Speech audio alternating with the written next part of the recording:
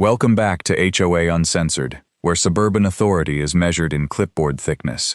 Today, $12 of chalk leads to 200 artists and one HOA president discovering that public art is harder to intimidate than a 9-year-old. Tell me where you're listening from, especially if your neighborhood has regulated joy. Let's color outside the lines. The first fine arrived on a Tuesday at 4:17 p.m., attached to my front door with blue painter's tape. That detail mattered. Painter's tape is what people use when they want to vandalize your afternoon without damaging the paint. The cream paper carried the Briar Glen Estates logo, 2 oaks, a fountain, and a squirrel being denied due process. Beneath it, in 12-point Garamond, were the words, "Immediate Compliance Assessment." The stationery probably cost more than the offense. My daughter Emma stood beside me holding a piece of pink chalk. She was 9, missing one front tooth, and wearing purple rain boots despite a sky so dry it looked laminated. My son Noah was 6 and had chalk dust in both eyebrows.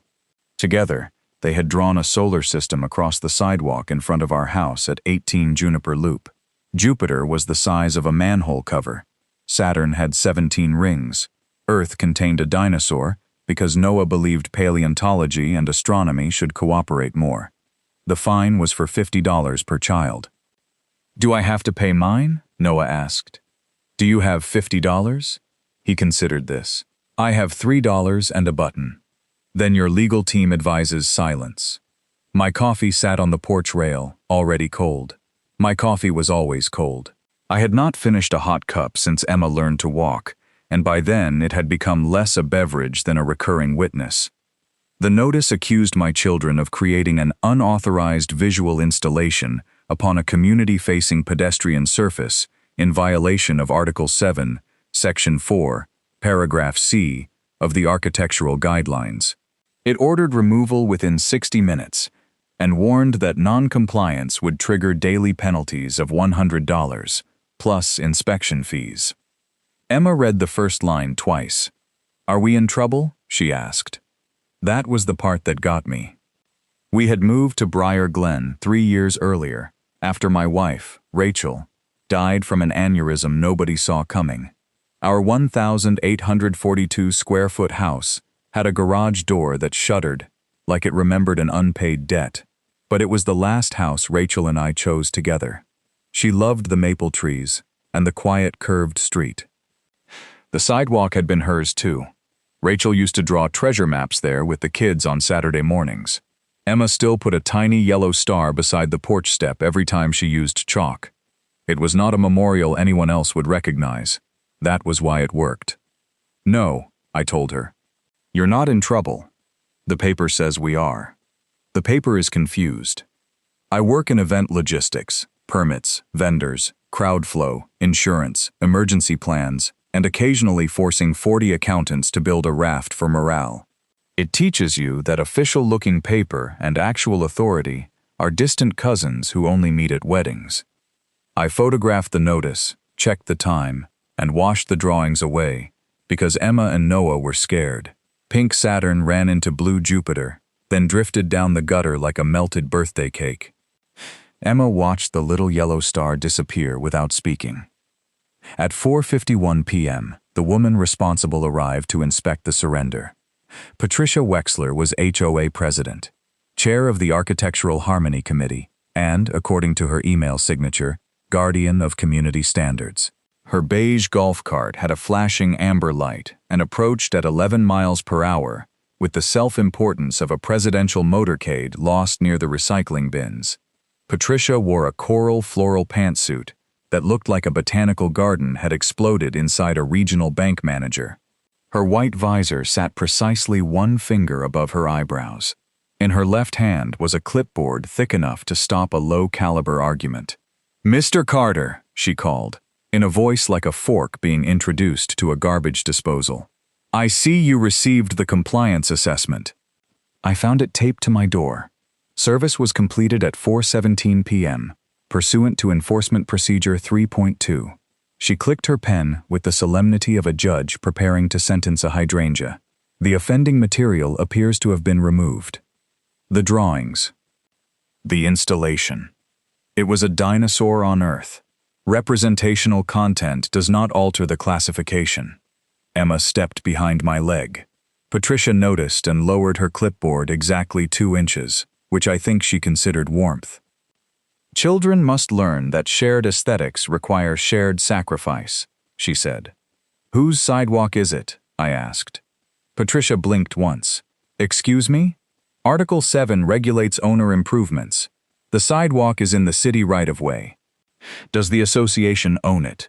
Her mouth tightened like a purse clasp in a wind tunnel. The board maintains visual jurisdiction over all community-facing surfaces under Article 2, Section 9, Paragraph F.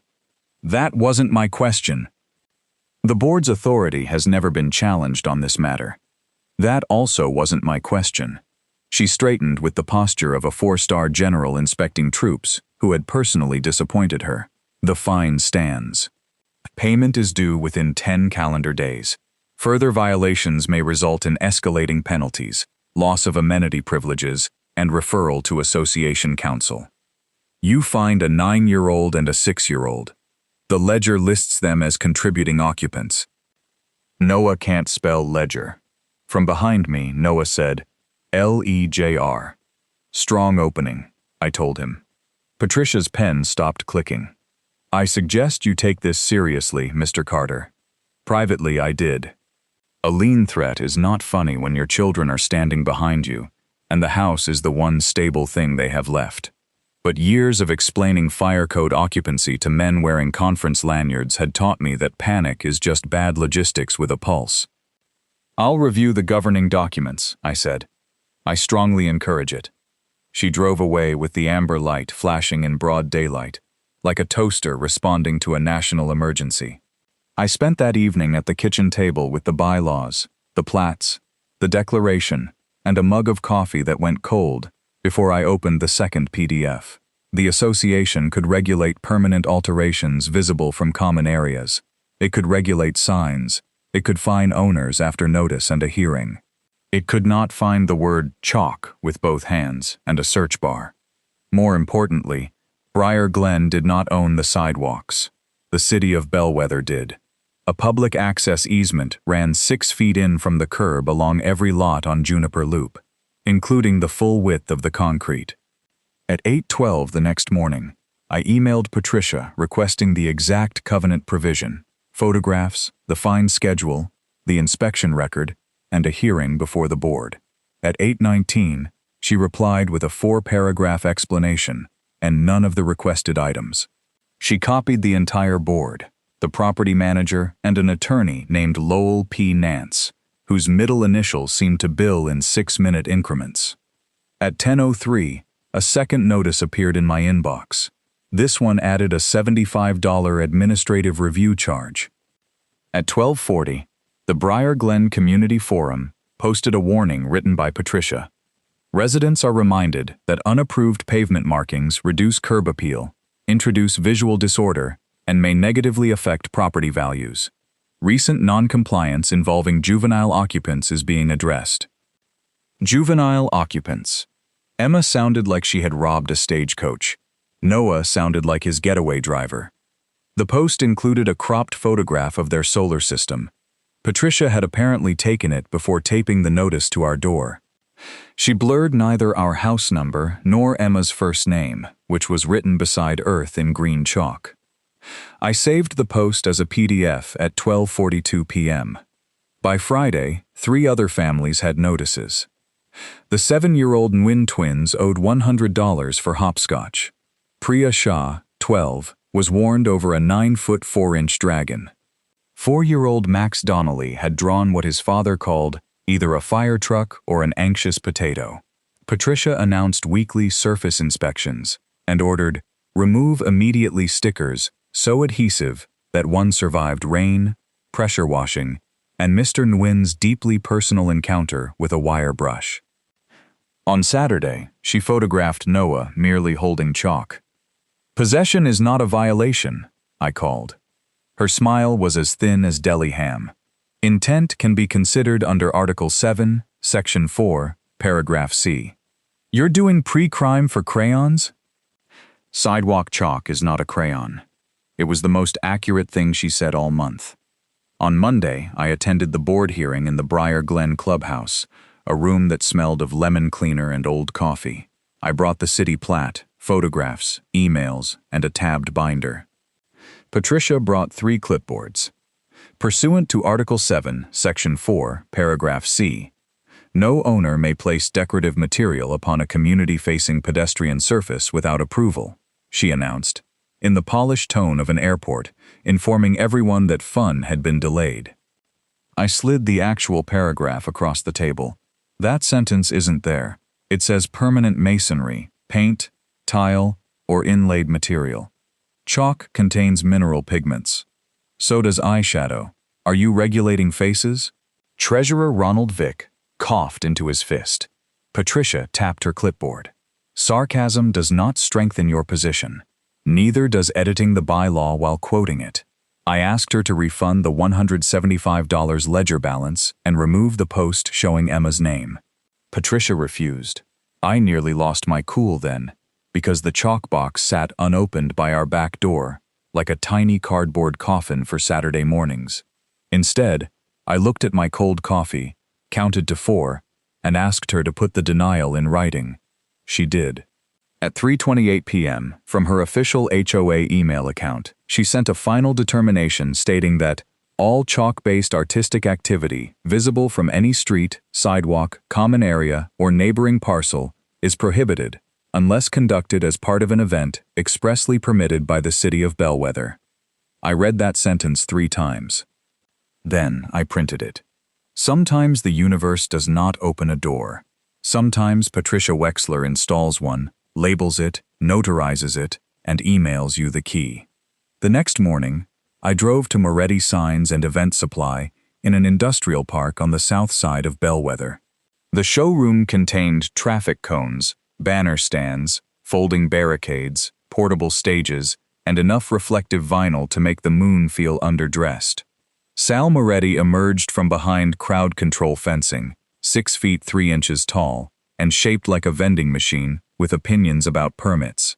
His gray mustache resembled an exhausted hawk, and his breakfast burrito had the dimensions of a fire extinguisher. I had hired him for 12 events. He could place 70 vendor tents within half an inch. "Daniel Carter," he said, "you look like somebody denied you access to electricity." I handed him Patricia's determination. He read it once, took a bite of burrito, and read it again. She wrote this from her official account, with a lawyer copied, and the full board. Sal's eyebrows rose like 2 drawbridges receiving urgent news. "Danny, this woman didn't leave you a loophole. She built you a parade route." That was the line. I would have followed Sal into a hurricane carrying nothing but a permit application and a roll of gaffer tape. He pulled a yellow legal pad from beneath the counter. "How many artists?" he asked. "Enough to make the point. That is not a number. Numbers get barricades." I thought about the 1,140 feet of city sidewalk looping around Briar Glen's central green. I thought about 12-foot artist bays, 2 emergency lanes, public parking, restroom ratios, hand-washing stations, volunteer coverage, and Patricia's confidence. 200, I said. Sal put down the burrito. "Now that," he said, "is a number with emotional maturity." The plan took shape in 47 minutes, the free Bellwether Chalk and Color Festival, benefiting the Rachel Carter Youth Arts Fund. 200 artists would each receive a 6-foot square along Juniper Loop. The city would close 1 lane, protect emergency access, inspect vendors, and approve the sound and sanitation plans. The art would be temporary, washable, non-commercial, family-friendly, and entirely within the city right-of-way. In other words, it would comply with every word Patricia had written. I did not rush. Petty revenge is easy. A city-approved event for 200 artists requires insurance. I started with Special Events Director Helena Ortiz, who wore red glasses and moved through City Hall like a tugboat that had learned to file affidavits. Her mug said, "Permits," because chaos needs a map. She reviewed my 38-page application, route diagram, emergency action plan, sanitation schedule, noise plan, waste removal contract, traffic control layout, and $2 million liability binder. You do this professionally, she said. Unfortunately. And the HOA objected to children drawing with chalk? I showed her the fines and Patricia's final determination. Elena removed her glasses. Her expression settled into the calm disbelief of a librarian, discovering someone had tried to alphabetize soup. The association has no permitting authority over a city sidewalk, she said. I know. And this email specifically permits city-approved events. That is my reading. It is also the reading of anyone with eyes. The city required a neighborhood meeting, a $425 fee, a $1,000 cleanup deposit, proof of insurance, fire and public works approval, and 21 days' notice. I met every condition. We shifted the stage 34 feet to protect a hydrant, booked licensed vendors, sanitation, first aid, cleanup, and even a rain date. I wanted to be legally bulletproof in multiple weather systems. On May 14th at 2:16 p.m., Helena stamped Permit SE 26-184 in purple ink. The Bellwether Chalk and Color Festival is approved for Saturday, June 6th, from 8 a.m. to 6 p.m., she said. Public setup begins at 5:30. Street restrictions begin at 6:30. 200 artist registrations maximum. Completely legal? Completely legal. She leaned back and smiled. Also, my niece wants square number 11. We had our first artist. I told the HOA exactly what was happening. No ambush, no hidden trucks at midnight, no trickery. At 3:05 p.m., I sent the board the permit, site plan, insurance certificate, traffic notice, sanitation plan, and Patricia's own email. I invited the HOA to provide a community information booth at no cost. Patricia responded at 3:11. This event is not authorized by the association and will not proceed. I replied at 3:13. Please identify the city permit condition you believe has not been met. At 3:15, she wrote, the HOA retains aesthetic sovereignty. I printed that too. There are phrases you preserve for court, and there are phrases you preserve because someday a t-shirt needs to exist. Then Patricia made the mistake that transformed a neighborhood event into the largest arts festival Bellwether had seen in 12 years. She posted about it. At 6:44 p.m., the Briar Glen Community Forum published a 612-word warning titled, Proposed Chalk Mob Threatens Community Character. Patricia listed the date, the hours, the exact location, the registration email, and my full event name. She urged residents to show the organizers that Briar Glen rejects visual anarchy. Someone screenshotted it and sent it to the Bellwether Arts Collective. They shared it with the caption, Did somebody say visual anarchy? By breakfast, we had 84 applications. By lunch, 163. At 4:02 p.m., a muralist named Keisha Bell submitted application number 200. The waiting list reached 117 before I closed the form.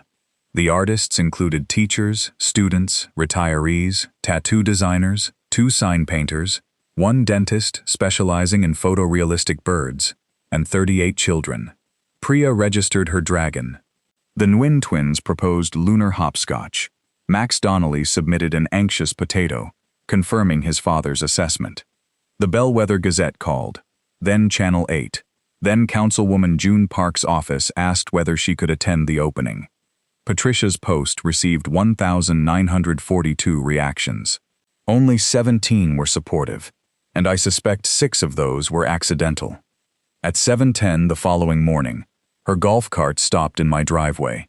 She wore a lemon-yellow blazer with shoulder pads broad enough to host regional air traffic. Her clipboard had red tabs now. "Cancel it," she said. Good morning. Article 9, Section 2, Paragraph A, prohibits commercial gatherings. Her words came out like thumbtacks shaken in a coffee tin. You have solicited vendors, advertised publicly, and invited non-residents into a controlled residential environment. It's a free nonprofit event on a public street. Food trucks are commercial. They have city vendor licenses. The board did not approve traffic control. Public Works did. The association owns the entrance monuments. We aren't touching them. Our security patrol will deny access. To a city-permitted public event? She clicked her pen so rapidly, it sounded like a beetle attempting Morse code. You are deliberately undermining my authority. I invited you to host a booth. That is not the point. It could have pamphlets. For one hopeful second, she imagined the pamphlets. I saw it happen. Then outrage returned like a browser tab she had forgotten to close. If a single chalk mark appears, she said, I will impose fines under the schedule I created.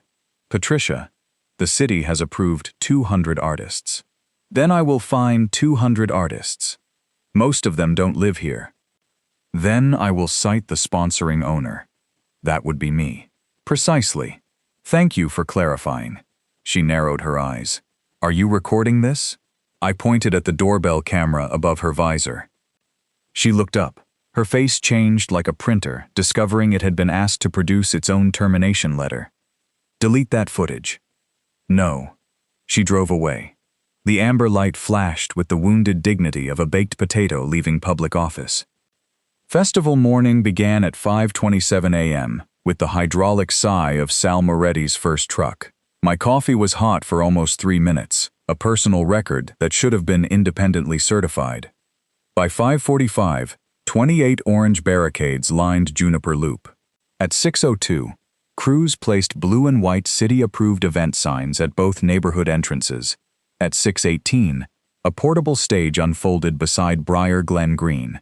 At 6:30, Bellwether Public Works closed the inner traffic lane under Temporary Traffic Order 26-77. Then came the chalk. 12 carts carried 9,600 sticks in 120 colors, including Flamingo Dream, which Sal described as pink with a lawyer. 200 numbered squares ran along Juniper Loop like little concrete stages waiting for color. 3 food trucks parked along the green: Tacosaurus Rex, the Rolling Scone, and Grilled Cheese Emergency. Volunteers raised tents, inspectors checked propane, and the final hand-washing sink landed exactly where the plan required. At 7:04, Patricia arrived. She had upgraded from the golf cart to her pristine white Lexus, an SUV so clean it looked afraid of weather. She stopped sideways across the entrance, blocking one lane, and emerged wearing white slacks, navy heels, and a red HOA polo embroidered with her title like a military decoration she had awarded herself after the Battle of Recycling Tuesday. Her clipboard was tucked under one arm. In the other hand, she carried a stack of orange violation stickers. "Stop unloading!" she shouted. No one stopped. Event crews respond to commands through a clear chain of authority, and "Woman with stickers" was not on the organizational chart. Sal walked over wearing a fluorescent vest and eating a powdered donut. White sugar coated his mustache, making him look like a walrus who had recently lost a custody battle with a bakery. "Vehicle needs to move, ma'am," he said. "I am the HOA president. Congratulations. Vehicle needs to move. This is private property." Sal pointed to the city road sign, the public right-of-way markers, and a uniformed traffic supervisor standing 15 feet away. "3 opinions against 1 sentence," he said. "Still need the vehicle moved." Patricia turned to me. "Daniel, I am ordering you to cease setup pursuant to Emergency Board Resolution 6.1. When was that resolution adopted?" "Last night." "Was the meeting noticed?" "An emergency does not require notice." "What was the emergency?" She gestured at the chalk carts, as if I had asked her to identify an active volcano. "This." I handed her a copy of Permit SE 26-184. "We begin at 8. She did not take it. "You have been warned," she said. "So have you." At 7:12, a Bellwether parking enforcement officer asked Patricia to move the Lexus. At 7:14, he asked again. At 7:16, he issued a $65 obstruction citation. Patricia snatched it from beneath her windshield wiper and held it like it was a dead fish delivered by an enemy kingdom. "Do you know who I am?" she demanded. The officer looked at her embroidered polo. "I had a clue." She moved the Lexus. At precisely 8 a.m., Councilwoman June Park cut a 6-foot ribbon made from biodegradable crepe paper. Emma and Noah stood beside her, each holding a ceremonial stick of yellow chalk. The crowd counted down from 5. At 0, 200 artists knelt, sat, stretched, crouched, or sprawled across the sidewalks of Briar Glen. Color bloomed across the concrete, like someone had opened a trap door beneath a rainbow. A 12-foot phoenix rose near Lantern Way. A school art club created a fluorescent reef, and Keisha Bell drew a 3-dimensional waterfall, so convincing that 3 people stepped around it and 1 apologized. Emma redrew the solar system in square 47.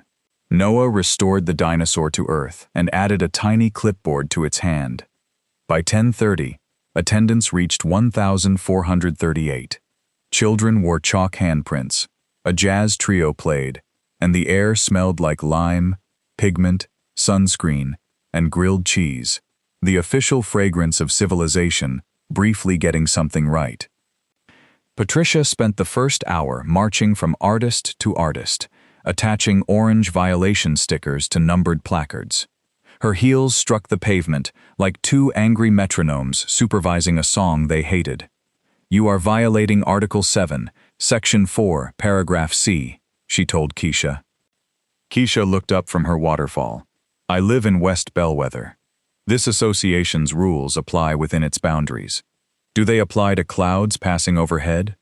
Patricia consulted her clipboard as though the answer might be in an appendix. At square 112, she attempted to fine a golden retriever whose owner had traced its paws in blue. "Name of contributing occupant?" Patricia asked. "Waffles," the owner said. "Surname?" "Also Waffles." I watched Patricia write it down. At 11:18, she found me near the information tent and presented a compliance ledger totaling $20,000, $100 for each registered artist. "You are hereby assessed as event sponsor," she announced. Her voice rose like a tea kettle filing an injunction. "Additional fines will accrue at noon and every hour thereafter." "On what authority?" "The emergency resolution. The one adopted at an unannounced meeting. The board acted unanimously." Ronald Vick, standing behind her with a lemonade, raised 1 finger. "I abstained," he said. Patricia turned. "You failed to object. I was not invited. Your silence constituted consent." Ronald looked at me. I was asleep. "A very restful yes," I said. By then, Channel 8 had a camera pointed at us. Patricia noticed, squared her shoulders, and entered the stage of conflict, where a person mistakes attention for support. "The public deserves to know," she told the reporter, "that this so-called festival is an orchestrated attack against lawful residential governance." "The event has a city permit," the reporter said. "The city failed to consult the recognized local authority." "You mean the HOA?" "I mean me." There it was, clean and broadcast ready. Councilwoman Park, standing 6 feet away, slowly lowered her lemonade. Patricia continued. "I personally ordered our security contractor to block outside attendance, but certain board members lacked the courage to support enforcement. Our security contractor had refused that order in writing, because blocking a public road is generally frowned upon by people who enjoy keeping their licenses. I could have stepped in. I did not. When someone is enthusiastically digging a hole on live television, it is rude to interrupt the landscaping." At 11:31, Patricia called the Bellwether Police Department and reported trespassing, vandalism, unlawful assembly, traffic obstruction, unlicensed vending, excessive noise, and organized pigment deployment. Officer Martin Hale arrived at 11:44. He was a weary man in his late 40s with a face like an unopened utility bill. I recognized him from 3 charity runs and a pet adoption fair where a corgi had stolen his glove. He parked beyond the barricade, surveyed the crowd, the city signs, the first aid tent, the permit posted at registration, and Patricia waving both arms near a chalk portrait of a koi pond. "Mr. Carter," he said, "you have paperwork?" I handed him the permit binder. He reviewed the cover page, traffic order, insurance certificate, and Helena's approval letter. Ms. Wexler, he said, what crime are you reporting? Patricia approached with the quick, rigid steps of a flamingo late for a zoning appeal. Criminal trespass and vandalism, she said. These people are defacing association property despite direct notice under Article 7, Section 4, Paragraph C. Officer Hale looked at the sidewalk. City property. Inside HOA boundaries. Still city property. They have invited strangers. Public event. They are selling food. He checked the vendor certificates. Licensed. The noise exceeds standards. He glanced at the meter held by a city sound technician. 68 decibels. Permit allows 75. Patricia's face shifted from disbelief to anger, then from anger to the dawning horror of someone realizing reality had formed a quorum without her. Then I demand you remove Daniel Carter for violating our emergency resolution. Officer Hale closed the binder. I don't enforce HOA resolutions. You enforce the law. Correct. Then arrest him. For having organized paperwork? For refusing my lawful order. Officer Hale stared at her for a full 3 seconds. Somewhere behind us, the jazz trio finished a song, and the crowd applauded. This is a permitted art festival, he said flatly. You called the police because children are coloring. It was more accurate than anything anyone had said all month. Patricia's authority should have ended there. She had been warned by me, by Helena Ortiz, by parking enforcement, and now by a police officer. She had the option to leave, drink a lemonade, and spend the afternoon pretending the festival had been her idea. Instead, she made her final mistake.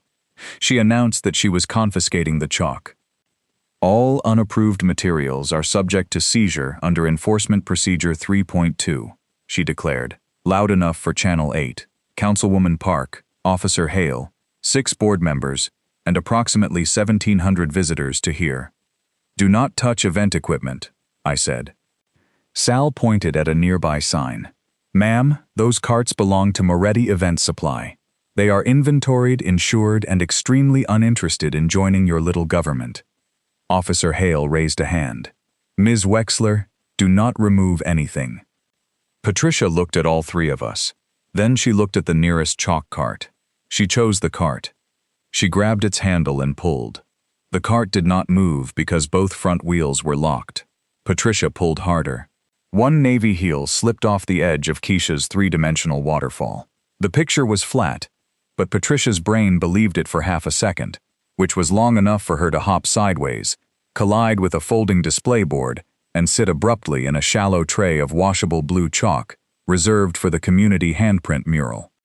There was no injury. There was, however, coverage. Blue powder rose around her like a genie escaping a very judgmental lamp. Her white slacks turned cobalt from hip to knee. Her clipboard landed face down in a plate of powdered sugar at Sal's volunteer table. The orange violation stickers scattered across the pavement and attached themselves to her blazer, her left shoe, and the rear end of the HOA's inflatable squirrel mascot, which had been quietly occupying their unused information booth. For one perfect second, the entire festival went silent. Then Noah pointed at Patricia and said, Organized pigment deployment. Even Officer Hale had to look away. Patricia stood with the stiff dignity of a swan, discovering it had sat in printer toner. She peeled a sticker from her sleeve and turned on Sal. Your equipment caused this. My locked cart was standing still, Sal said. That's its whole alibi. I will sue every person here. Councilwoman Park stepped forward. Ms. Wexler, I watched you attempt to remove private equipment after a police officer told you not to. Patricia's mouth opened. Officer Hale spoke first. You are done touching things today. He escorted her to the edge of the event, not in handcuffs, because Indignity had already completed the necessary paperwork. As they passed Square 112, Waffles, the golden retriever, wagged his tail and transferred one blue paw print onto Patricia's remaining white pant leg. Officer Hale looked at the print, then at Patricia. Even the dog has a permit, he said. The festival continued. At 2 p.m., the children's judging panel awarded first prize to the Nguyen twins' lunar hopscotch. Arthur Bloom's Impossible Barn won People's Choice. Keisha's Waterfall raised $3,840 at auction for the Youth Arts Fund. Emma and Noah received a special ribbon from Councilwoman Park for Best Solar System containing a clipboard dinosaur. At 5:45, all 200 artists posed for a photograph. By 7:22, every barricade and scrap of trash was gone. The city inspector found no deficiencies, and we got the full $1,000 deposit back.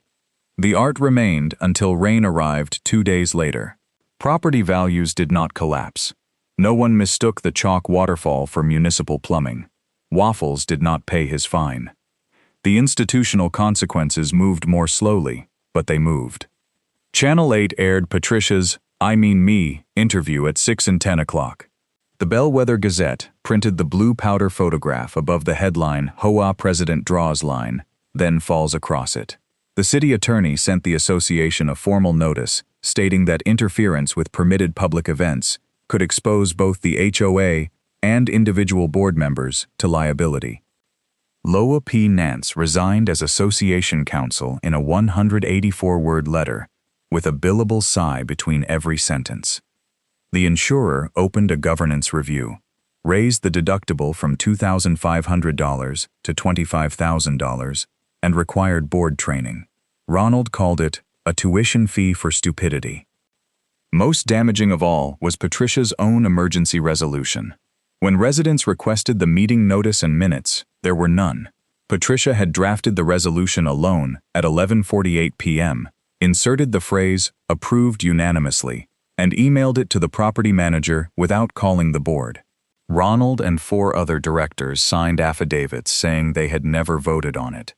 The document Patricia created to fine me $20,000 became Exhibit A in the recall petition. 79% of homeowners signed within 5 days.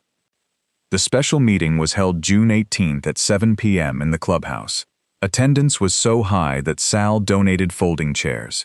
Patricia arrived in a gray suit, without floral patterns, amber lights, or visible chalk. She brought her clipboard. She read a 19-minute statement accusing the media, City Hall, outside agitators, social networks, food trucks, modern parenting, and a coordinated coalition of freelance illustrators. Then residents voted 146 to 119 to remove her as president and director. The board voided every chalk fine, refunded $1,275 in penalties and fees, removed the orange stickers, and adopted a 1-page enforcement policy requiring an actual covenant citation before any notice could be issued. The sentence about city-permitted events remained exactly where Patricia had put it. Nobody wanted to disturb the load-bearing comedy. Ronald Vick became interim president. His entire inaugural speech was 11 words. Keep it safe, keep it kind, and please don't be ridiculous. I voted for him on the strength of brevity alone. The Nguyen twins built new hopscotch grids. Priya painted her dragon on a canvas now hanging in the clubhouse. Marlene Beckett brought banana bread and thanked me because Patricia had once fined her $150 for a ceramic frog visible through a gate. Emma went back to drawing the little yellow star beside our porch.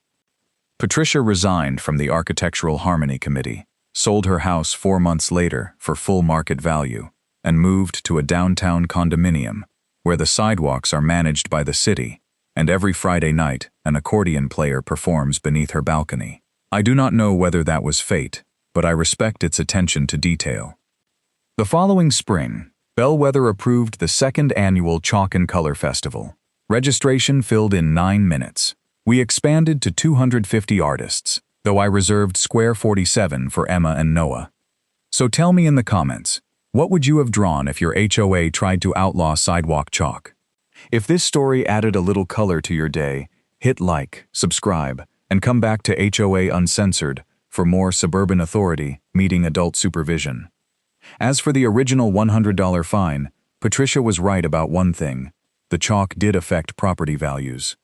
After 200 artists showed up, everybody wanted to live on our street.